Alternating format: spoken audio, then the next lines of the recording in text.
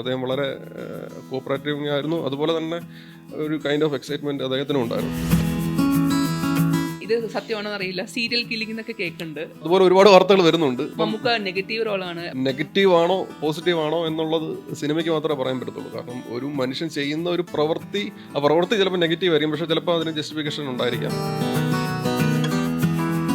ആൻഡ്രോ ചേട്ടൻ പറഞ്ഞതുപോലെ മമ്മൂക്ക ഇങ്ങനെ വിനായകൻ ചേട്ടൻ എന്ന് പറയുന്ന ഒരു സജഷൻ പറഞ്ഞ് എങ്ങനെ ഉണ്ടായിരിക്കും. അപ്പോൾ ആലോചിച്ചപ്പോൾ അത് ഒരു ഇൻട്രസ്റ്റിംഗ് ആയിട്ടുള്ള ഒരു സംഗതിയായിട്ട് തോന്നി. പിന്നെ ഭയങ്കര എക്സൈറ്റിംഗ് ആയിട്ടുള്ള അനുഭവങ്ങൾ രണ്ടുപേരുടെ ഭാഗത്തുണ്ടായിരുന്നു. മമ്മൂക്കയുടെ ഭാഗത്തുനിന്നും അതുപോലെ ഒരു എക്സ്ട്രീമിലി നമുക്കൊരു ഹൈ തന്നിട്ടുള്ള മൊമെന്റ്സ്, അതിൽ തന്നെ പെക്യുലർ ആയിട്ടുള്ള മൊമെന്റ്സും ഉണ്ടായിട്ടുണ്ട്. ആദ്യമായിട്ട് ഒരാൾ ചെയ്യുന്നു, അപ്പോൾ അതിനകത്തൊരു എന്തൊക്കെ പറഞ്ഞാലും അതിനകത്ത് ഒരു കൈൻഡ് ഓഫ് റിസ്ക് ഫാക്ടർ അവരും എടുക്കുന്നുണ്ട്. അദ്ദേഹത്തിന് കൃത്യമായിട്ട് ടെക്നിക്കൽ കാര്യങ്ങളിലൊക്കെ അത്യാവശ്യം നല്ല ഗ്രാഹ്യമുള്ള ആളാണ്. സിനിമ ജോക്കറിന്റെ മറ്റേ ഇതിട്ട് അടിക്കുന്നത് അത് ആ ഒരു മിസ്റ്റേക്കാണ്, പക്ഷെ അതൊരു ഐക്കോണിക് മൊമെന്റ് ആയിട്ട് മാറി. ഹലോ സർ, അസിസ്റ്റന്റ് ഡയറക്ടർ, അതിൽ നിന്ന് സ്ക്രിപ്റ്റ്, ഇപ്പോൾ ഡയറക്ഷനിൽ വന്ന് നിൽക്കുകയാണ്. What you feel very happy. വലിയൊരു യാത്രയായിരുന്നു. അപ്പോൾ ഈ പറയുന്ന പോലെ മമ്മൂക്കയെ വെച്ച് ഒരു പടം ആദ്യമായിട്ട് ചെയ്യുക എന്നുള്ളത് എല്ലാ ഫിലിം മേക്കേഴ്സിനെ പോലെ എൻ്റെ ഒരു സ്വപ്നമായിരുന്നു. അപ്പോൾ അതിന് കുറച്ച് ബുദ്ധിമുട്ടുള്ള വഴിയായിരുന്നു. പക്ഷേ എനിക്ക് തോന്നുന്നു നമ്മുടെ കയ്യിലുണ്ടായിരുന്ന സബ്ജക്റ്റിൻ്റെ ഒരു മെയിൻ മൗണ്ടാണെന്ന് തോന്നുന്നു അങ്ങോട്ട് എത്താനും അത് ആ ഒരു പരിപാടി നടത്താനും പറ്റി. അതിനൊരു ഹാപ്പിനെസ്സിലാണ് ഇപ്പോൾ. ഓക്കെ. ഈ കളങ്കാവൽ എന്ന് വെച്ചാൽ ഇപ്പോൾ സൗത്തിലുള്ള ആൾക്കാർക്ക് അറിയാം, ഇതിലൊരു നോർമൽ നമ്മളൊരു വിളക്ക് കത്തിച്ചിട്ട് ദേവിയെ തൊഴുത് അങ്ങനെയൊന്നും അല്ല, വേറാത്തൊരു ഉഗ്ര രൂപമാണ്, ഒരു ഫിയേഴ്സ് ആയിട്ടുള്ള രൂപമാണ്. അപ്പോൾ സൗത്ത് അല്ലെങ്കിൽ തമിഴ്നാട്ടിൽ എനിക്ക് തോന്നുന്നു അവിടെയും കുറച്ചുണ്ടെന്ന് തോന്നുന്നു. കേരളത്തിൽ എനിക്ക് എന്തായാലും ഉറപ്പിച്ചറിയാവുന്ന സ്ഥലം ട്രിവാൻഡ്രത്ത് ഇതുണ്ടെന്നുള്ളതാണ്. ട്രിവാൻഡ്രത്ത് പിന്നെ വെള്ളായണി മാത്രമല്ല, അവിടെയുള്ള പല കൂടുതലായിട്ട് ദേവി ഭദ്രകാളി ക്ഷേത്രങ്ങളിൽ കാളിയൂട്ട് നടത്തുമ്പോൾ അതിനകത്ത് വരുന്ന ഒരു റിച്വലാണിത്. അതുപോലെ തന്നെ ആ റിച്വലിന്റെ പുറകിൽ ഒരു ഐതിഹ്യവും ഉണ്ട്. പിന്നെ ഈ പറഞ്ഞ ദേവി ദാരികനെ അന്വേഷിച്ച് നടത്തുന്ന ഒരു യാത്രയും അതുമായിട്ട് ബന്ധപ്പെട്ടാണ് ഈ റിച്വൽ ഫോം ചെയ്തിരിക്കുന്നത്. അപ്പോൾ ഒരു കൈൻഡ് ഓഫ് പണ്ടകാലം തൊട്ടേ ഉള്ള നന്മ തിന്മകൾ തമ്മിലുള്ള ഒരു സംഘർഷത്തിന്റെ ഒരു എലമെന്റും അതിനകത്ത് കിടപ്പുണ്ട്. പിന്നെ ഈ പറഞ്ഞ ദേവിയുടെ ഈ ഒരു ഉഗ്രരൂപം അതും അതിനകത്തൊരു ഫാക്ടറാണ്. അപ്പൊ ഇങ്ങനെ കുറെ ഫാക്ടേഴ്സ് ഉണ്ട്. ഇതിൽ ഏതാണ് സിനിമ, ഇപ്പം ഇതിൽ ഏത് വേണമെങ്കിലും ആകാം സിനിമ. കുറെ വിശകലനങ്ങൾ നടത്തി കഴിഞ്ഞു അല്ലെ പോസ്റ്റേഴ്സിന് പറ്റിയിട്ട്. അതിൽ കമന്റ്സ് നമ്മൾ വായിക്കുമ്പോൾ നമുക്കറിയാം ഇതിങ്ങനെയാണ്, ഇതങ്ങനെയാണ്, ഇത് ആ കഥയാണ്, ഈ കഥയാണ്. അപ്പോൾ എക്സ്പെക്ടേഷൻസ് കൂടിയിരിക്കുകയാണെന്ന് തോന്നുന്നു. പടം ഇറക്കി വിടണ്ണ എന്നാണ് ഞാനൊരു കമന്റ് താഴെ വായിച്ചത്. അതെ, അത് എത്രയും പെട്ടെന്ന് പടം ഒന്ന് ഇറക്കി വിടുക. അപ്പോൾ അതിലൊരു റെസ്പോൺസിബിലിറ്റി കൂടുതൽ ഫീൽ ചെയ്യുന്നില്ലേ? അതുകൊണ്ടുണ്ട്. കാരണം നമ്മൾ പിന്നെ ഇങ്ങനെ ഒരു കുറച്ച് ഏലിയൻ ആയിട്ടുള്ള ഒരു ടൈറ്റിലാണ് ഇതിന് ചൂസ് ചെയ്തത്. അപ്പം ഇതിപ്പോൾ തിരുവനന്തപുരത്തെ ചില ഏരിയയിൽ പോപ്പുലർ ആയിട്ടുള്ള ഒരു റിച്വൽ ആണെങ്കിൽ പോലും തിരുവനന്തപുരം ജില്ലയിൽ പോലും അധികം പേർക്കും അധികം കണക്ഷൻ ഇല്ലാത്ത, എന്താണെന്ന് അറിഞ്ഞുകൂടാത്ത ഒരു സാധനമായിരുന്നു ഈ ടൈറ്റിൽ. അപ്പം ഈ ടൈറ്റിൽ എങ്ങനെ ആൾക്കാർക്ക് കണക്ട് ആവുമോ ഇല്ലയോ എന്നൊക്കെയുള്ള സംശയത്തിലാണ് നമ്മൾ ഇത് പുറത്തുവിടുന്നത്. നമുക്കതിനോട് കൃത്യമായിട്ടും താല്പര്യവും ഉറപ്പും ഉണ്ടായിരുന്നു ഈ ടൈറ്റിൽ. ആൾക്കാർ അതിനെ എങ്ങനെ എടുക്കുമെന്നുള്ള കാര്യത്തിലായിരുന്നു ചെറിയ കൺഫ്യൂഷൻ ഉണ്ടായിരുന്നു. പക്ഷെ അത് നമ്മൾ വിചാരിച്ചതുപോലെ അല്ലാതെ വേറൊരു രീതിയിലോട്ട് അത് ഭയങ്കരമായിട്ട് അക്സെപ്റ്റൻസ് അതിന് കിട്ടി. ടൈറ്റിലും കിട്ടി, ഫസ്റ്റ് ലുക്കിനും കിട്ടി. അതിൽ നിന്നാണ് ഇതുപോലെ ഒരുപാട് റീഡിങ്സുകൾ ഇങ്ങനെ വന്നത്. ആൾക്കാർ അങ്ങനെ ആയിരിക്കാം, ഇങ്ങനെ ആയിരിക്കാം എന്നൊക്കെ പറഞ്ഞിട്ട് ഒരുപാട് പോസിബിലിറ്റീസ് പറഞ്ഞു. പറഞ്ഞതല്ലാത്തതുമായിട്ടുള്ള ഒരുപാട് പോസിബിലിറ്റീസിനെ പറ്റി ഇങ്ങനെ ചർച്ചകളാണ്. ഇതിൽ ഏതെങ്കിലുമൊക്കെ പടമായിട്ട് കണക്റ്റഡ് ആയിരിക്കാം. അപ്പം നമ്മളെപ്പോഴും ടൈറ്റിൽ ചൂസ് ചെയ്യുമ്പം അത് ഡയറക്റ്റ്ലി കണക്റ്റഡ് ആയിരിക്കാം, ഇൻഡയറക്ട്ലി ചിലപ്പോൾ അതൊരു എങ്ങനെ വേണമെങ്കിലും ആകാം. അപ്പം ഈ ചർച്ചകൾ അങ്ങനെ നടക്കുന്നുണ്ട്. അപ്പോൾ അതിൻ്റെ ഒരു അഡീഷണൽ റെസ്പോൺസിബിലിറ്റി നമുക്ക് വരുന്നുണ്ട്, ശരിയാണ്. പക്ഷെ നമ്മളിപ്പോൾ അതിലോട്ട് അങ്ങനെ ബോധറാകുന്നില്ല. നമ്മൾ ആദ്യം മുതലേ നമ്മുടെ മനസ്സിലുണ്ടായിരുന്ന ഒരു സിനിമയുടെ ഒരു സങ്കല്പത്തിൻ്റെ പുറത്താണ് ഇതിനകത്ത് ഇറങ്ങി തിരിച്ചിരിക്കുന്നത്. സാറിൻ്റെ ഫസ്റ്റ് മൊമെന്റ് അതുപോലെ മമ്മൂക്ക എന്ന് പറയുന്ന ഐക്കോണിക് ലെജൻഡ് നമ്മുടെ മുമ്പിൽ സാർ അസിസ്റ്റന്റ് ആയിട്ട് വർക്ക് ചെയ്തിട്ടുണ്ടെന്നാണ് എൻ്റെ ഒരു ധാരണ. അപ്പോൾ നിൽക്കുന്ന ആ ഒരു മൊമെന്റ് എങ്ങനെ ഓർത്തെടുക്കുന്നു? അതൊരു കൈൻഡ് ഓഫ് സർറിയൽ മൊമെന്റ് ആയിരുന്നു. കാരണം നമുക്ക് പിന്നെ ഞാൻ ഒരുപാട് പടങ്ങൾ അസിസ്റ്റ് ചെയ്തിട്ടില്ല, കുറച്ച് പടങ്ങളെ ചെയ്തിട്ടുള്ളൂ. അപ്പം അത് ഒരു കൈൻഡ് ഓഫ് ജോബ് പോലെയാണ്. നമുക്ക് ഒരുപാട് റെസ്പോൺസിബിലിറ്റീസ് ഉണ്ടായിരിക്കും, അതിൻ്റെ പുറകെ പോകണം.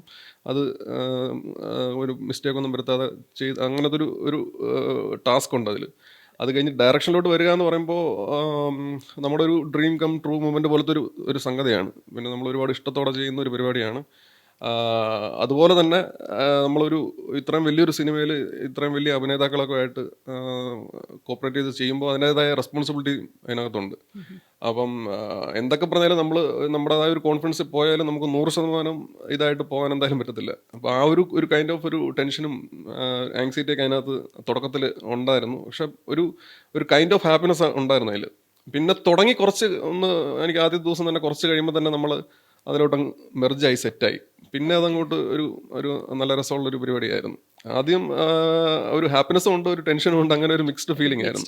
പക്ഷെ പിന്നെ ഗ്രാജുവലി അത് നമുക്ക് നല്ല രീതിയിൽ തന്നെ മുന്നോട്ട് കൊണ്ടുപോകും. വേറെ അങ്ങനെ നമുക്കങ്ങനെ പിന്നെ ഭയങ്കരമായിട്ട് ബുദ്ധിമുട്ടുണ്ടാകുന്ന സിറ്റുവേഷൻസ് ഈ പടത്തിൽ അങ്ങനെ വന്നില്ല.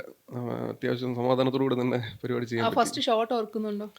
ഫസ്റ്റ് ഷോട്ടൊക്കെ ഓർക്കുന്നുണ്ട്. ഓക്കെ, അപ്പൊ അതില് എങ്ങനെ അദ്ദേഹത്തിന്റെ റിയാക്ഷൻ അല്ലെങ്കിൽ ഫസ്റ്റ് ഷോട്ട് മീൻസ് സിനിമയുടെ മമ്മൂക്കനെ വെച്ചിട്ട് ഉള്ള ഫസ്റ്റ് ഷോട്ട് അതിനെ കുറിച്ച് അത് ഓർക്കുന്നുണ്ട്. അതിപ്പോ എന്താണെന്ന് ഇപ്പൊ പറയാൻ പറ്റത്തില്ല. നമുക്കിപ്പോ ചിലർ പറയാറുണ്ട്, ഞങ്ങള് ഫിലിം ഇങ്ങനെ ചെയ്യാൻ വേണ്ടി പോകുമ്പോൾ ഒരു ടെൻഷനുണ്ട്, നമുക്ക് ദേഷ്യം വരുന്ന ആളാണെന്ന് കേട്ടിട്ടുണ്ട്. ഞങ്ങൾക്കും അങ്ങനെ ഒരു ധാരണയുണ്ട്. അല്ല, അങ്ങനെയുള്ള ധാരണകളുണ്ട്, നമുക്കറിയാം. ഇപ്പൊ ഒരുപാട് പേര് ഒരുപാട് കഥകൾ പറയും, അത് ചെയ്യും ഇത് ചെയ്യും, അങ്ങനെ ഒരുപാട് സംഗതികൾ ഇങ്ങനെ ഏറെ നിൽക്കും. അതൊക്കെ സത്യമാണ്. പക്ഷെ ഞാൻ അദ്ദേഹത്തിനോട് വർക്ക് ചെയ്തിട്ടുള്ളതുകൊണ്ട് എനിക്ക് കുറച്ചൊക്കെ അദ്ദേഹത്തിന്റെ ചില അത് കുറച്ചാൾ മുന്നെയാണ് ചെയ്തത് ഒക്കെ ഒരു ഏകദേശം. പിന്നെ നമ്മൾ ഈ പടവുമായിട്ട് ബന്ധപ്പെട്ട് മുന്നേ പലതവണ അദ്ദേഹത്തെ കണ്ട് സംസാരിക്കുകയും ചർച്ചകളൊക്കെ നടത്തുകയൊക്കെ ചെയ്തിട്ടുള്ളത് കൊണ്ട് നമുക്കൊരു അങ്ങനെ ഒരു വലിയ ഒരു ഡിസ്റ്റിങ്ക്ട് ഫീൽ ഇല്ലായിരുന്നു. ഒരു കുഴപ്പമില്ലാതെ പോയി. പിന്നെ ഈ പറഞ്ഞ പോലെ ഷൂട്ടിന്റെ സമയത്താണെങ്കിൽ എന്തായാലും ചെറിയൊരു ടെൻഷൻ ഉണ്ടായിരുന്നു. അദ്ദേഹം വന്ന് അപ്പോൾ അത് കാരണം അതിനകത്തൊരു സംഗതിയുണ്ട്. ഞാൻ ആദ്യമായിട്ട് സിനിമ ചെയ്യുന്ന ഒരാളാണ്. അപ്പം ഞാൻ എൻ്റെ ഒരു ആത്മവിശ്വാസത്തിൻ്റെ പുറത്താണ് ഇതിന് ഇറങ്ങിത്തിരിക്കുന്നതും പോകുന്നതൊക്കെ. അപ്പം കുറേയൊക്കെ അവർ നമ്മളെ കൂടി ഡിപ്പെൻഡ് ചെയ്തിട്ടായിരിക്കും അവരുടെ ചില തീരുമാനങ്ങളും വരുന്നത്. ആദ്യമായിട്ട് ഒരാൾ ചെയ്യുന്നു, അപ്പോൾ അതിനകത്തൊരു എന്തൊക്കെ പറഞ്ഞാലും അതിനകത്തൊരു കൈൻഡ് ഓഫ് റിസ്ക് ഫാക്ടർ അവരും എടുക്കുന്നുണ്ട്. ആസ് ആൻ ആക്ടർ മാത്രമല്ല, ഒരു പ്രൊഡ്യൂസർ എന്നുള്ള രീതിയിൽ എല്ലാ അപ്പം അങ്ങനെ വരുന്ന ഒരാളാണ്. ഇത്രയും ലെജൻഡറി ആയിട്ടുള്ള ഒരു ആക്ടറാണ്. ഇത്രയും ഒരു ആക്ടറിനേക്കാൾ ഉപരി അദ്ദേഹത്തിന് കൃത്യമായിട്ട് ടെക്നിക്കൽ കാര്യങ്ങളിലൊക്കെ അത്യാവശ്യം നല്ല ഗ്രാഹ്യമുള്ള ആളാണ്. അതും എനിക്ക് പേഴ്സണലി അറിയാവുന്ന കാര്യമാണ്. അപ്പം അങ്ങനെയുള്ള ചില ആങ്സൈറ്റീസ് നമുക്കും ഉണ്ടായിരിക്കും. പക്ഷെ നമ്മൾ ഇതിപ്പോൾ ഡിസൈൻ ചെയ്തിരിക്കുന്ന പരിപാടി എന്ന് പറയുന്നത് ഫസ്റ്റ് അദ്ദേഹത്തിൻ്റെ ഷോട്ട് അങ്ങനെ ഒരു ഭയങ്കര കോംപ്ലിക്കേറ്റഡ് പരിപാടി അല്ലാത്ത ഒരു രീതിയിലാണ് പ്ലാൻ ചെയ്തിരുന്നത്. അപ്പോൾ അതുകൊണ്ട് അത് അങ്ങനെ ടെൻഷനൊന്നും അടിക്കാൻ സിറ്റുവേഷൻ ഇല്ലാത്ത രീതിയിൽ അങ്ങ് പോയി. അപ്പം അങ്ങനെ കുറച്ച് ഒന്ന് വിഷ്വൽസൊക്കെ എടുത്തെടുത്ത് ഒന്ന് സെറ്റായി കഴിയുമ്പോഴത്തേനും പിന്നെ നമുക്കും അദ്ദേഹത്തിന് ഒരു കോൺഫിഡൻസ് വന്ന പോലെ എനിക്ക് തോന്നി.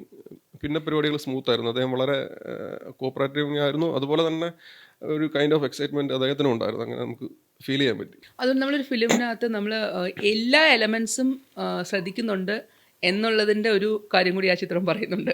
അതായത് അതിന്റെ എഴുതിയിരിക്കുന്ന രീതി, ഫിലിമിന്റെ പേര് എഴുതിയിരിക്കുന്ന ഒരു രീതി, ബാക്കിയുള്ള കാര്യമല്ല ഞാൻ പറയുന്നത്, താഴെയുള്ളതല്ല, ആ പേര് എഴുതിയിരിക്കുന്ന രീതിയിൽ എന്തോ ഒരു പ്രത്യേകത എനിക്ക് ഫീൽ ചെയ്തു. സാധനം എന്താ വെച്ചാൽ അതിനകത്ത് തന്നെ പല കാര്യങ്ങൾ പറയുന്നുണ്ട്. അപ്പം നിങ്ങൾ ശരിക്കും നമ്മളെ ഓരോ മൈന്യൂട്ട് ഡീറ്റെയിൽസും ശ്രദ്ധിച്ച് ആ ഡീറ്റെയിൽസ് എന്താണെന്ന് ചിന്തിപ്പിച്ച് കൊണ്ടുപോയി അത് ആ പോസ്റ്റർ ഒന്ന് വായിച്ചെടുക്കണമെങ്കിൽ തന്നെ ഏകദേശം ഒരു ദിവസം എങ്കിലും വേണമെന്ന് എനിക്ക് തോന്നുന്നു. കാരണം ഇതെല്ലാം ഫോണ്ടും ഈ ഒരാൾക്ക് വിട്ടുകൊടുത്തതാണോ അതോ ഇത് വേണമെന്ന് പറഞ്ഞ് കൃത്യമായിട്ട് ചെയ്യിച്ചത്? ഫോണ്ട് ഇപ്പൊ നമുക്കറിയാം. ഇപ്പൊ നമുക്കിപ്പം മറ്റേ എന്താ പറയുന്നത്, ഇപ്പൊ ഹോളിവുഡ് ഫിലിംസിലൊക്കെ കാണുന്ന പോലെ അല്ല ഹോളിവുഡ് ഫിലിംസിൽ ഫോണ്ടിനെ അവർ ഫോളോ ചെയ്യുന്നതിനേക്കാളും എനിക്ക് തോന്നുന്നു കുറച്ചും കൂടെ നമ്മുടെ നാട്ടിലെ സിനിമകൾ കുറച്ചും കൂടെ ഫോണിന്റെ കാര്യത്തിൽ കുറച്ചുകൂടെ കോൺഷ്യസ് ആയിട്ട് അതിൽ നിന്ന് എന്തെങ്കിലും കമ്മ്യൂണിക്കേറ്റ് ചെയ്യാൻ ശ്രമിക്കാറുണ്ടെന്ന് തോന്നിയിട്ടുണ്ട് മിക്കവാറും സിനിമകളിലും. അപ്പോൾ നമ്മുടെ സിനിമയുടെ കാര്യത്തിലാണെങ്കിൽ പോലും പിന്നെ നമ്മുടെ പടത്തിൻ്റെ ഒരു ജോണറുണ്ട്, പടത്തിൻ്റെ ഒരു കഥ പറഞ്ഞു പോകുന്നതിൻ്റെ ഒരു സ്വഭാവമുണ്ട്. എല്ലാ സിനിമകളും പോലെ ഇതിനും ഇതിൻ്റെതായ ചില പ്രത്യേകതകൾ നരേറ്റീവ് സ്ട്രക്ചറിലും എല്ലാത്തിലും ഉണ്ട്. അപ്പം ഇത് ടൈറ്റിൽ പിന്നെ ഡിസൈൻ ചെയ്തിരിക്കുന്ന ആഷിഫ് എന്ന് പറയുന്ന ആളാണ്. അപ്പം അവൻ ആദ്യമായിട്ട് ചെയ്തപ്പോഴത്തേനും നമ്മൾ ഒരു ആ ഫസ്റ്റ് മീറ്റിങ്ങിൽ തന്നെ എന്താണ് പടത്തിൻ്റെ സ്വഭാവമെന്നും എങ്ങനെയാണ് അതിൻ്റെ പരിപാടികളെന്നൊക്കെ ഉള്ള ഒരു ഡിസ്കഷൻ സ്വാഭാവികമായിട്ടെന്നുള്ള രീതിയിൽ നടത്തിയിട്ടുണ്ടായിരുന്നു. അപ്പോൾ ആ കിട്ടിയ ഇൻഫർമേഷൻസ് വെച്ചിട്ട് പുള്ളിക്കാരൻ ഡിസൈൻ ചെയ്ത ഒരു ഫോണ്ടാണിത്. അപ്പം അത് പിന്നെ നമ്മുടെ പടത്തിൻ്റെ ഒരു പൊതു സ്വഭാവമായിട്ടും ഈ പറയുന്ന നരേറ്റീവ് സ്ട്രക്ചറൊക്കെ ആയിട്ട് സംഭവം കണക്റ്റഡ് ആണ് എന്നുള്ളത് കൊണ്ടാണ് അത് ചൂസ് ചെയ്യാനായിട്ടുള്ള കാരണം. വിനായകൻ, അതുപോലെ തന്നെ മീര ജാസ്മിൻ, രജിഷ, ഇവരൊക്കെ അല്ല, ഇത് പറയുന്ന പലതും കറക്റ്റ് ന്യൂസ് അല്ല. ഇത് പിന്നെ അത് കൺഫേം അല്ല ഇത് ഈ പറയുന്ന പേരുകള് കറക്റ്റ് അല്ല, അതാണ് ഞാൻ പറഞ്ഞത്. ചിലതൊക്കെ കറക്റ്റ് ആയിരിക്കാം, ചിലത് കറക്റ്റ് അല്ല. ഇത് അല്ല, നമ്മൾ ഒഫീഷ്യലി അഡ്മിറ്റ് ചെയ്യുകയോ ഇങ്ങനെ ചെയ്തിട്ടുള്ള കാര്യങ്ങളല്ല. വിനായകൻ ചേട്ടന്റെ കാര്യം കറക്റ്റ് ആണ്. അത് നമ്മള് വീഡിയോസ് കൊണ്ട് നമ്മൾ തന്നെ പോസ്റ്റ് അതൊക്കെ ഇവിടെ അല്ല. വിനായകൻ ചേട്ടൻ എങ്ങനെ ഇതിനകത്ത് ഇന്നാവുന്നു? വിനായകൻ ചേട്ടൻ ഇന്നായെന്ന് പറയുമ്പോൾ ഞാൻ മുന്നേ അവിടെയൊക്കെ പറഞ്ഞതാണ്. ഇത് പിന്നെ പ്രോജക്റ്റ് ഓണായി കഴിഞ്ഞിട്ട് മമ്മൂക്കയിലോട്ട് എത്തിക്കഴിഞ്ഞിട്ട് പിന്നെ കുറച്ച് നാളൊന്ന് ഒരു വെയിറ്റിംഗ് പീരീഡ് ഉണ്ടായിരുന്നു. കാരണം അദ്ദേഹത്തിൻ്റെ ഓൾറെഡി കമ്മിറ്റ്മെൻറ്റ്സ് ഉണ്ടായിരുന്നു, മീൻസ് നമ്മൾ പിച്ച് ചെയ്യുന്ന സമയത്ത്. അപ്പോൾ അത് കഴിഞ്ഞ് ഇത് കൃത്യമായിട്ട് ഇന്ന സമയത്ത് തുടങ്ങാമെന്ന് പറഞ്ഞ് ഒരു ഡിസിഷൻ എടുക്കുമ്പോഴാണ് പടം കറക്റ്റായിട്ട് ലാൻഡ് ചെയ്ത് അത് പിന്നെ കയറുന്നത് പരിപാടി. ആ സമയത്ത് നമ്മൾ അവൈലബിൾ ആയിട്ട് ഇപ്പം 2 മെയിൻ ആക്ടേഴ്സ് ഡിമാൻഡ് ചെയ്യുന്ന ഒരു സിനിമയാണത്. അപ്പോൾ അതിൽ ഒരു കഥാപാത്രമാണ് മമ്മൂക്ക ചെയ്യുന്നത്. മറ്റേ കഥാപാത്രത്തിനെ പറ്റി പല ചർച്ചകളും പല രീതിയിൽ നടക്കുന്നതിൻ്റെ ഇടയിൽ പല ചർച്ചകളും ഇതൊക്കെ ആലോചനകളൊക്കെ നടക്കുന്നുണ്ടായിരുന്നു. ആ സമയത്താണ് ഒരു ദിവസം പിന്നെ ഇതുപോലെ ആൻഡ്രോ ചേട്ടൻ പറഞ്ഞത്, ഇതുപോലെ മമ്മൂക്ക ഇങ്ങനെ വിനായകൻ ചേട്ടൻ എന്ന് പറയുന്ന ഒരു സജഷൻ പറഞ്ഞ് എങ്ങനെ ഉണ്ടായിരിക്കും. അപ്പോൾ ആലോചിച്ചപ്പോൾ അത് ഒരു ഇൻട്രസ്റ്റിംഗ് ആയിട്ടുള്ള ഒരു സംഗതിയായിട്ട് തോന്നി. കാരണം പിന്നെ അദ്ദേഹം സാധാരണ ചെയ്തിട്ടുള്ള കഥാപാത്രങ്ങളിൽ ഒരു പൊടിക്ക് മാറിയ ഒരു പരിപാടി ഇതിനകത്തുണ്ട്. അപ്പോൾ അത് അദ്ദേഹം ചെയ്യുമ്പോൾ അതിനകത്ത് വേറൊരു ഡയമെൻഷൻ വരാൻ സാധ്യതയുണ്ടെന്ന് തോന്നിയായിരുന്നു. അങ്ങനെ നമ്മൾ അദ്ദേഹത്തെ കോൺടാക്ട് ചെയ്യാൻ ശ്രമിച്ചു. പിന്നെ എനിക്ക് അതിനകത്തുള്ള ത്രൂ തന്നെ നമ്മുടെ മിഥുൻ ചേട്ടനൊക്കെ അതിനകത്ത്, മിഥുൻ മാനുവൽ തോമസ്, അദ്ദേഹം അങ്ങനെ ഹെൽപ്പ് ചെയ്യുകയൊക്കെ ചെയ്തു, മീൻസ് നമ്മുടെ മീറ്റിങ്ങിൻ്റെ സമയത്തൊക്കെ. അങ്ങനെ നമ്മൾ സംസാരിച്ച് ഡീറ്റെയിൽ ആയിട്ട് പടത്തിനെ പറ്റിയൊക്കെ സംസാരിച്ചു. അദ്ദേഹം ശരിക്കും അത്യാവശ്യം തിരക്കുള്ളൊരു സമയമാണ്, ജയിലറൊക്കെ സക്സസ് ആയി അങ്ങനെ പല ഇടത്തുനിന്നും ഓഫേഴ്സൊക്കെ വന്ന് ഇങ്ങനെ. അപ്പോൾ അദ്ദേഹത്തിന് എന്തോ ഇതിനകത്തൊരു താല്പര്യം തോന്നി, ചെയ്യാനൊരു താല്പര്യം തോന്നി. അങ്ങനെയാണ് അദ്ദേഹം ചെയ്യാമെന്ന് നയിക്കുന്നത്. അത് മാത്രമല്ല ത്രൂ ഔട്ട് ഷൂട്ടിങ്ങിൻ്റെ പ്രോസസ്സിലും അദ്ദേഹം കൃത്യമായിട്ട് താല്പര്യത്തോടു കൂടിയാണ് പങ്കെടുത്തത്. ആ കഥാപാത്രത്തെ പറ്റിയൊക്കെ കൃത്യമായിട്ട് മനസ്സിലാക്കി അദ്ദേഹത്തിൻ്റെതായ രീതിയിൽ പ്രിപ്പയർഡായിട്ടാണ് അദ്ദേഹം വരുന്നത്. ഒന്ന് മാത്രമല്ല നമ്മുടെ ഷൂട്ടിംഗ് പ്രോസസ്സിൽ ത്രൂ ഔട്ട് ഒരു ഗീവ് ആൻഡ് ടേക്ക് പരിപാടി അദ്ദേഹത്തിൻ്റെ ഭാഗത്തുനിന്നുണ്ടായിരുന്നു. അത് പടത്തിനെ ഗുണകരമായിട്ട് സഹായിച്ചു എന്നുള്ളതാണ്. അത് എനിക്കും വളരെ താല്പര്യമുള്ളൊരു പ്രോസസ്സാണ്. അത് നല്ലൊരു അനുഭവമായിരുന്നു. അതുപോലെ തന്നെ ഇപ്പം നമ്മൾ ഈ ഒരു ഫിലിമിനെ കുറിച്ച് നമ്മൾ ഒറ്റ സ്റ്റേറ്റ്മെൻറ്റിൽ പറയുകയാണെങ്കിൽ, അല്ലെങ്കിൽ 2 സ്റ്റേറ്റ്മെൻറ്റ്സിലെങ്കിലും പറയുകയാണെങ്കിൽ ആസ് എ ഡയറക്ടർ ഇത് എങ്ങനെ നിർവചിക്കും? ഇതിപ്പോൾ എനിക്ക് നിർവചനം ഇപ്പം പറയാനുള്ള പരിമിതിയുണ്ട്. പറ്റുന്നിടത്തോളം ഒരു ക്രൈം ഡ്രാമയുടെയും ക്രൈം ത്രില്ലറിന്റെയൊക്കെ സ്വഭാവത്തിലുള്ള ഒരു സിനിമയാണ്. മമ്മൂക്കയും വിനായകൻ ചേട്ടനുമാണ്. ഇത് സത്യമാണോ അറിയില്ല, സീരിയൽ കില്ലിംഗ് എന്നൊക്കെ കേൾക്കുന്നുണ്ട്. അത് അതുപോലെ ഒരുപാട് വാർത്തകൾ വരുന്നുണ്ട്. ഇതിപ്പം മമ്മൂക്ക നെഗറ്റീവ് റോളാണ്, ലുക്സ് വെച്ചിട്ട് ഞങ്ങൾക്ക് വേണമെങ്കിൽ അങ്ങനെ പറയില്ല, നെഗറ്റീവോട് കൂടി ഒരു പോസിറ്റീവ് എന്ന് പറയാവുന്ന ഒരു ലുക്കായിട്ടാണ് എനിക്ക് തോന്നിയത്. അത് ഒരു കഥാപാത്രം ചെയ്യുന്ന ഒരു ആക്ടാണ് കാണിച്ചത്. അത് പിന്നെ അത് നെഗറ്റീവ് ആണോ പോസിറ്റീവ് ആണോ എന്നുള്ളത് സിനിമയ്ക്ക് മാത്രമേ പറയാൻ പറ്റത്തുള്ളൂ. കാരണം ഒരു മനുഷ്യൻ ചെയ്യുന്ന ഒരു പ്രവൃത്തി, ആ പ്രവൃത്തി ചിലപ്പോൾ നെഗറ്റീവ് ആയിരിക്കും, പക്ഷെ ചിലപ്പോൾ അതിന് ജസ്റ്റിഫിക്കേഷൻ ഉണ്ടായിരിക്കാം. കാരണം നമ്മൾ സാധാരണ കാണുന്ന നായക കഥാപാത്രങ്ങളും ഇതുപോലെയുള്ള പ്രവൃത്തികൾ ചെയ്യാറുണ്ട്, വില്ലന്മാരും ഇതുപോലെയുള്ള പ്രവൃത്തികൾ ചെയ്യാറുണ്ട്, ഇത് രണ്ടും അല്ലാത്ത കഥാപാത്രങ്ങളും ചെയ്യാറുണ്ട്. അത് ആ പ്രവൃത്തി എന്താണ്, അതിൻ്റെ ഇൻറ്റൻഷൻ എന്താണ് എന്നുള്ളത് ആ സിറ്റുവേഷനെ ഡിപ്പെൻഡ് ചെയ്തിരിക്കുന്ന ഒരു കാര്യമാണ്.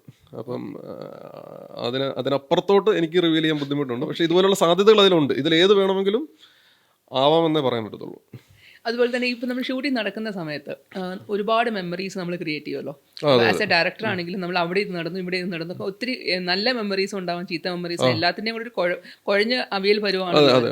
അപ്പോൾ അതിൽ മമ്മൂക്കയുടെ ഭാഗത്തുനിന്ന് ബിഹൈൻഡ് ദ ക്യാമറ അല്ലെങ്കിൽ വിനായകൻ ചേട്ടൻ്റെ ഭാഗത്തുനിന്ന് ബിഹൈൻഡ് ദ ക്യാമറ ഉണ്ടായ എന്തെങ്കിലും 1-2 ഇൻസ്റ്റൻസസ് ഓർക്കുന്നുണ്ടോ? പിന്നെ ഭയങ്കര എക്സൈറ്റിംഗ് ആയിട്ടുള്ള അനുഭവങ്ങൾ രണ്ടുപേരുടെ ഭാഗത്തുണ്ടായിരുന്നു. മമ്മൂക്കയുടെ ഭാഗത്തുനിന്നും അതുപോലെ ഒരു എക്സ്ട്രീംലി നമുക്കൊരു ഹൈ തന്നിട്ടുള്ള മൊമെന്റ്സ്, അത് തന്നെ പെക്യുലർ ആയിട്ടുള്ള മൊമെന്റ്സും ഉണ്ടായിട്ടുണ്ട്. എനിക്ക് സീനൊന്നും അല്ല, അങ്ങനെ ഉണ്ടായിട്ടുണ്ട്. ഒബ്വിയസ്ലി അത് പിന്നെ ഈ സീനിൽ നമ്മൾ പെർഫോമൻസും പരിപാടികളും ഒക്കെ ചെയ്ത് നമ്മളത് സ്റ്റേ ചെയ്ത് പോകുന്ന പരിപാടിയുടെ ആ ഒരു പ്രോസസ്സിന്റെ ഇടയിൽ തന്നെ സംഭവിച്ചിട്ടുള്ളതാണ്. അതൊരു വളരെ എക്സൈറ്റിംഗ് ആയിട്ടുള്ള മെമ്മറീസ് ഉണ്ട്. അത് സീൻ പറഞ്ഞെങ്കിൽ അത് കൃത്യമായിട്ട് പറയാൻ പറ്റുന്നത് ഒബ്വിയസ്ലി ഉണ്ട്. വിനായകൻ ചേട്ടൻ്റെ ഭാഗത്തുനിന്നും ഉണ്ടായിട്ടുണ്ട്.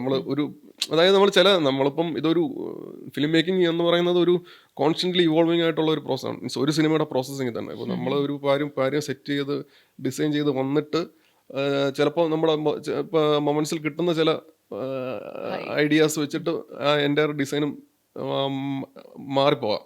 ഇപ്പം തന്നെ നമുക്കറിയാം, ഇപ്പം തന്നെ ഹിറ്റായിട്ടുള്ള 1-2 സിനിമയുടെയൊക്കെ ഇൻ്റർവ്യൂസിൽ ഞാൻ ഇങ്ങനെ ശ്രദ്ധിച്ചിട്ടുണ്ട്. അതായത് ആ സിനിമയിൽ ഏറ്റവും ഹൈ തന്ന ചില മൊമെൻറ്റ്സ് എന്ന് പറയുന്നത് ആ ലൊക്കേഷനിൽ ആ ഷൂട്ട് ചെയ്തുകൊണ്ടിരിക്കുന്ന സമയത്ത് വന്നിട്ടുള്ള ചില ഇൻപുട്സിൽ നിന്നുണ്ടായതാണെന്ന് കേട്ടിട്ടുണ്ട്. ഇപ്പം ഇത് നമ്മുടെ കേരളത്തിലെ സിനിമയുടെ കാര്യം മാത്രമല്ല, ഇപ്പോൾ നമ്മൾ അങ്ങ് ഹോളിവുഡിൽ പോയാൽ പോലും ഇപ്പം നോളാൻ്റെയൊക്കെ ചില സിനിമ, ജോക്കറിൻ്റെ മറ്റേ ഇതിട്ട് അടിക്കുന്നത് അത് ആ ഒരു മിസ്റ്റേക്കാണ്. പക്ഷെ അതൊരു ഐക്കോണിക് മൊമെന്റ് ആയിട്ട് മാറിയിട്ടുണ്ട്.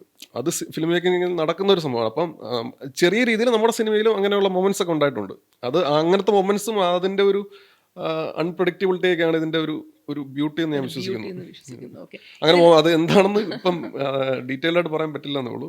There are okay. മമ്മൂക്കയുടെ ഫിലിംസിന്റെ BGM നമുക്ക് ഒരു തർക്കമില്ല. എപ്പോഴും അത് എപ്പോഴും നമ്മൾ റിംഗ് ടോൺസ് വരാക്കുന്ന അല്ലെങ്കിൽ നമ്മൾ സ്റ്റൈലായിട്ടൊക്കെ എടുത്തിടുന്ന BGMs ആണ്.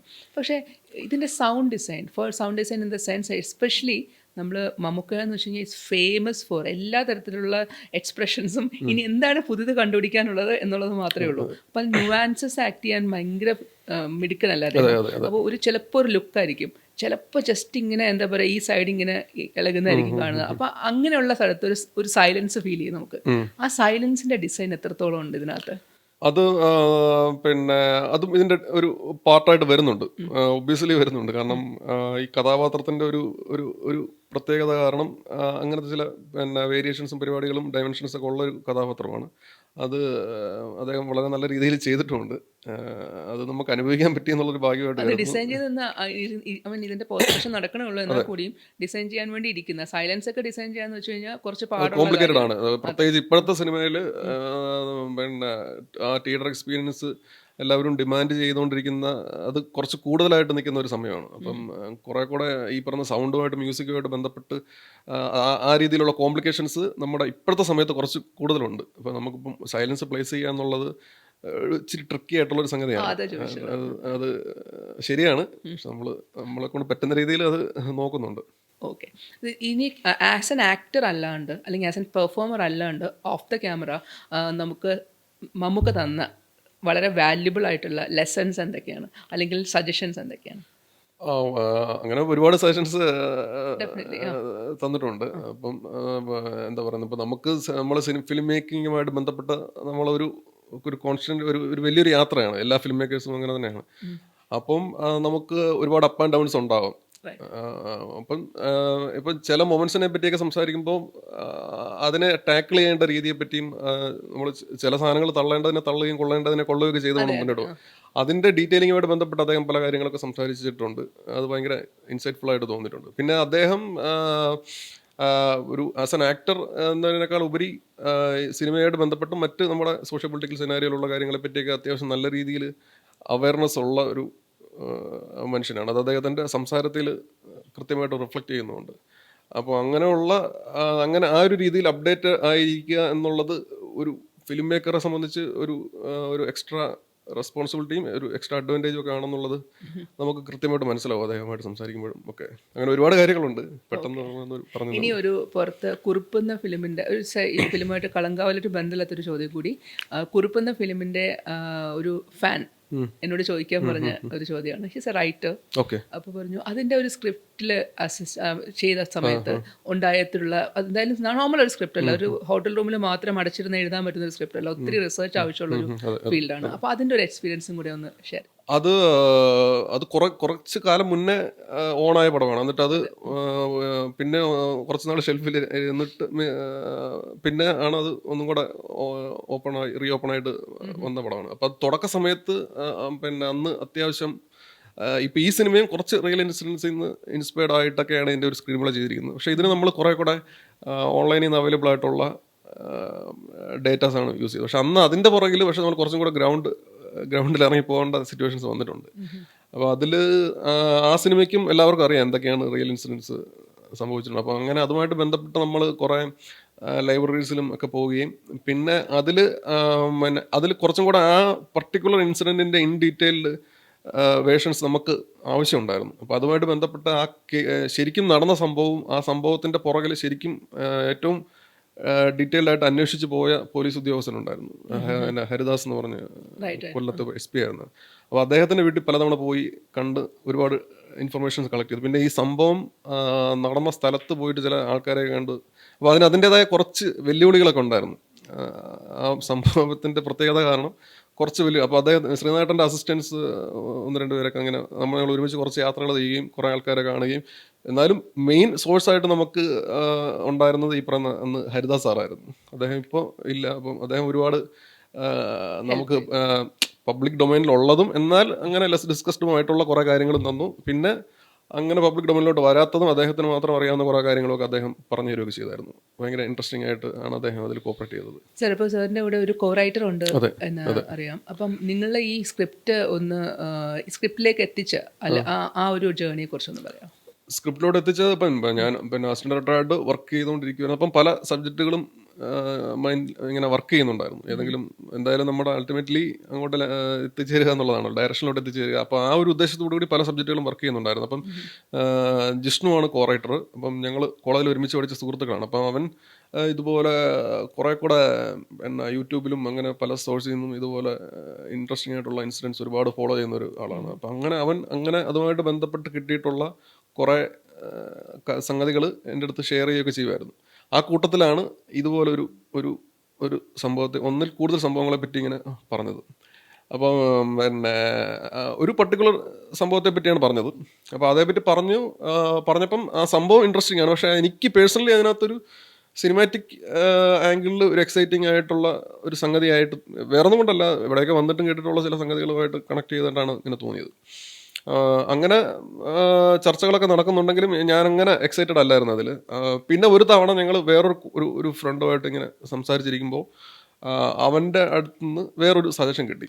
അപ്പോൾ ആ സജഷനും എനിക്കും വർക്കായില്ല. ഒരു കൈൻഡ് ഓഫ് ക്ലീഷേ പോലെയൊക്കെ അപ്പം തോന്നി.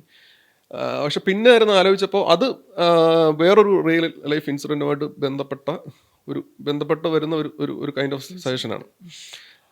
പക്ഷെ പിന്നെ ഞങ്ങളിങ്ങനെ തിരിച്ച് വരുന്ന ഒരു യാത്രയിലാണ് ആ ഒരു സജഷൻ്റെ പുറത്ത് ആ ഒരു ആംഗിളിൽ ചിന്തിക്കുമ്പോൾ പോസിബിൾ ആയിട്ടുള്ള കുറച്ച് മൊമെൻറ്റ്സിനെ പറ്റി ഒരു ഇൻസൈറ്റ് കിട്ടുന്നത്. അപ്പോൾ അത് കിട്ടിയപ്പോഴത്തേനുമാണ് ഇതിനകത്ത് കറക്റ്റ് നമുക്ക് പേഴ്സണലി എക്സൈറ്റിംഗ് ആയിട്ടുള്ള ഒരു സിനിമാറ്റിക് ആംഗിൾ ഉണ്ടെന്നുള്ള ഒരു തോന്നൽ വരുന്നത്. അപ്പം ആ ഒരു മൊമെൻറ്റിലാണ് ഇത് എന്തായാലും സ്ക്രീൻ പ്ലേ ആയിട്ട് ചെയ്ത് നോക്കാമെന്നൊരു തീരുമാനം എടുക്കുന്നത്. അപ്പോൾ ആ എക്സൈറ്റ്മെൻറ്റ് ഇതുവരെ പോയിട്ടില്ല, ഇപ്പോഴും നിൽപ്പുണ്ട്. കാരണം അതിൻ്റെ പുറത്താണ് പിന്നെ അങ്ങോട്ടുള്ള പരിപാടികളെല്ലാം നടന്നിട്ടുള്ളത്. അപ്പോൾ എനിക്ക് തോന്നുന്നു കൈൻഡ് ഓഫ് ഇതുപോലെയുള്ള ചില യാദൃശ്ചികമായിട്ടുള്ള ചില ഇൻഫർമേഷൻ ഫിലിം മേക്കിങ്ങിൽ അങ്ങനെയാണ്. നമ്മൾ യാദൃശ്ചികത എന്ന് പറയുന്ന സാധനം അത്രയും വലിയൊരു റോള് ഇതിനകത്തുണ്ടെന്ന് എനിക്ക് തോന്നിയിട്ടുണ്ട്. ഫിലിം മേക്കിങ്ങിലാണെങ്കിലും നമ്മളിതുപോലെ സബ്ജക്ട്സ് ഡിസൈൻ ചെയ്ത് അതിനെ ഡെവലപ്പ് ചെയ്യുന്ന സമയത്താണെങ്കിലും അത് ക്രിയേറ്റിവിറ്റിയിൽ എല്ലാവർക്കും അറിയാവുന്നൊരു കാര്യമാണ്. ഇതുപോലെ കിട്ടുന്ന ചില സംഗതികളായിരിക്കും അതിനെ മൊത്തത്തിൽ മാറ്റി. ഓക്കെ, അല്ല എന്തായാലും ഇത് സ്ക്രിപ്റ്റിൻ്റെ ജേർണി പറഞ്ഞു. അപ്പോൾ ആ സ്ക്രിപ്റ്റ് മമ്മൂക്കയോട് പറഞ്ഞപ്പോൾ എന്തായാലും അദ്ദേഹത്തിൻ്റെ ഒരു റിയാക്ഷൻ ഉണ്ടാവുമല്ലോ. പലരും പല കഥകളാണ് പറയുന്നത്. മമ്മൂക്ക ചിലപ്പോൾ സ്ക്രിപ്റ്റ് പറയുന്ന ആളുടെ മുഖത്ത് നോക്കണമെന്നില്ല, പക്ഷെ മമ്മൂക്ക എല്ലാം ശ്രദ്ധിക്കും, ചെറിയ ഡീറ്റെയിൽസ് പോലും ശ്രദ്ധിക്കുന്ന ആളാണ് എന്നൊക്കെ പല അനുഭവസ്ഥർ പറഞ്ഞിട്ടുണ്ട്. അപ്പോൾ ആ മമ്മൂക്കയോട് പറഞ്ഞൊരു മൊമെൻറ്റും കൂടി ഷെയർ ചെയ്തിട്ട് നമുക്ക്. അല്ല, ഇങ്ങനെ പല കാര്യങ്ങളും അദ്ദേഹം എങ്ങനെയാണ് കേൾക്കുന്നത്, എങ്ങനെയാണ് റെസ്പോണ്ട് ചെയ്യുന്നതിനൊക്കെ ബന്ധപ്പെട്ട് പലരും പല കാര്യങ്ങളും പറഞ്ഞ് ഞാൻ കേട്ടിട്ടുണ്ട്. ഞാൻ അപ്പോൾ അദ്ദേഹത്തിൻ്റെ വീട്ടിൽ പോയിട്ട് ഫുള്ളായിട്ട് ഇങ്ങനെ നരേറ്റ് ചെയ്താണ് പോയത്, സ്ക്രീൻ പ്ലേ ഫുള്ളായിട്ട്. അപ്പം അന്ന് അദ്ദേഹം ഫുൾ അതിൽ എൻഗേജ് ചെയ്ത് അത് ശ്രദ്ധയോടെ കേട്ട് തന്നെയാണ് അദ്ദേഹത്തിൻ്റെ പ്രസൻസ് അങ്ങനെയായിരുന്നു. കൂട്ടത്തിൽ അദ്ദേഹത്തിന് എവിടെയെങ്കിലും സംശയങ്ങളോ ഇതുണ്ടെങ്കിൽ അത് ചോദിക്കുകയും ചെയ്യും. അങ്ങനെയായിരുന്നു അദ്ദേഹത്തിൻ്റെ ഒരു ഇടപെടൽ. അദ്ദേഹം കൃത്യമായിട്ട് മനസ്സിലാക്കി തന്നെയാണ് അത് ഫുള്ള് കേട്ടത്. അതുകൊണ്ടാണ് അദ്ദേഹത്തിന് കൃത്യമായിട്ട് വാലിഡ് ആയിട്ടുള്ള ഡൗട്ട്സ് അദ്ദേഹം ചോദിക്കുന്നുണ്ടായിരുന്നു. പിന്നെ നമ്മുടെ കയ്യിൽ ഭാഗ്യത്തിന് മറുപടികളുണ്ടായിരുന്നു. പ്രിപ്പയർഡ് ആയിരുന്നു. അതിന് അഡീഷണലി പ്രിപ്പയർ ചെയ്തില്ല, പക്ഷെ നമുക്ക് അറിയാവുന്ന കാര്യങ്ങളൊക്കെ തന്നെയാണ് അദ്ദേഹം ചോദിച്ചത്. അദ്ദേഹം അതിനകത്ത് സാറ്റിസ്ഫൈഡ് ആയിരുന്നു. Anyway, all the best for your venture. ഇത് നമ്മൾ പ്രേക്ഷകർക്കൊക്കെ എല്ലാവർക്കും തൃപ്തിയാകുന്ന പോലെ, അവരൊക്കെ പ്രതീക്ഷിക്കുന്ന പോലെ ഒരു മമ്മൂക്ക ഫിലിമായിട്ട് തന്നെ വരട്ടെ.